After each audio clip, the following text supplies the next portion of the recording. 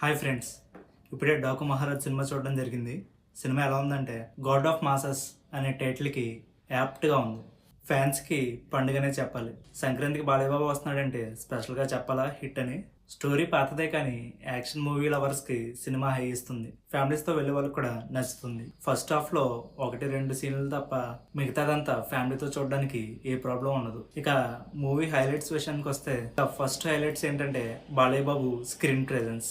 First half లో వచ్చే elevations. Balayya Babu గురించి మాట్లాడుకోవాలంటే సీనియర్ హీరోస్ స్క్రిప్ట్ సెలక్షన్ లో బాలయ్యబాబు ఒక అడుగు ముందరే ఉన్నాడు అనిపిస్తుంది. అఖండ, వీరసింహారెడ్డి, భగవంత్ కేసరి, ఇప్పుడు డాకు ఎక్కువ ఎక్స్పెరిమెంట్లు చేయకుండా తన ఫ్యాన్స్కి ఏం కావాలో అది ఇచ్చేసి హాయిగా హిట్లు కొడుతున్నారు. మనం చూసుకుంటే తమిళ్లో రజనీకాంత్ గారు కూడా ఇదే ఫార్మాట్లో వెళ్తున్నారు. రజనీకాంత్ అంటే గుర్తొచ్చింది, రజనీకి జైలర్ మూవీ ఎలాగో బాలయ్యబాబుకి డాకు అలాగా. ఇక రెండో హైలైట్ ఏంటంటే తమన్ తాండవం. స్క్రీన్ మీద లేకపోయినా కానీ సినిమాకి ప్రతి సీన్లోనూ ఇంకో హీరో కనిపిస్తాడు, అతడే తమన్. రజనీకి బక్కోడు, బాలయ్యకి బండోడు అని బయట వింటున్నాం. దాన్ని తమన్ నిజం చేశాడు. ఇవన్నీ చెప్పానని మూవీ మీద ఎక్స్పెక్టేషన్స్ పెట్టుకుని వెళ్ళకండి. అలాగే యాక్షన్స్ మూవీస్ నచ్చని ఆడవాళ్ళని అసలు తీసుకెళ్ళొద్దు, తర్వాత మళ్ళీ నన్ను తిట్టుకుంటారు. సేమ్ ఫార్మాట్లో చాలా సినిమాలు వచ్చాయి.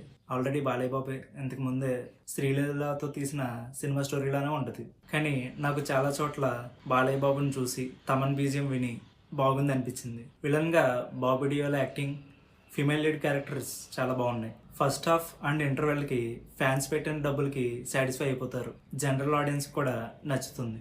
సెకండ్ హాఫ్ కూడా పర్లేదు, బాగుంది. రీసెంట్గా రిలీజ్ అయిన సినిమాతో పోలిస్తే ఫార్ బెటర్ సినిమా. టెక్నికల్లీ చూస్తే సినిమాటోగ్రఫీ కూడా చాలా బాగుంది. కంప్లీట్గా చెప్పాలంటే first half with high octane elevation scenes and interval good. Second half with normal climax గురించి మాట్లాడుకోవాలి. నేను అబ్జర్వ్ చేసింది ఏంటంటే ఈ మధ్య సినిమాలకి స్ట్రాంగ్ క్లైమాక్స్లు ఉండడం లేదు.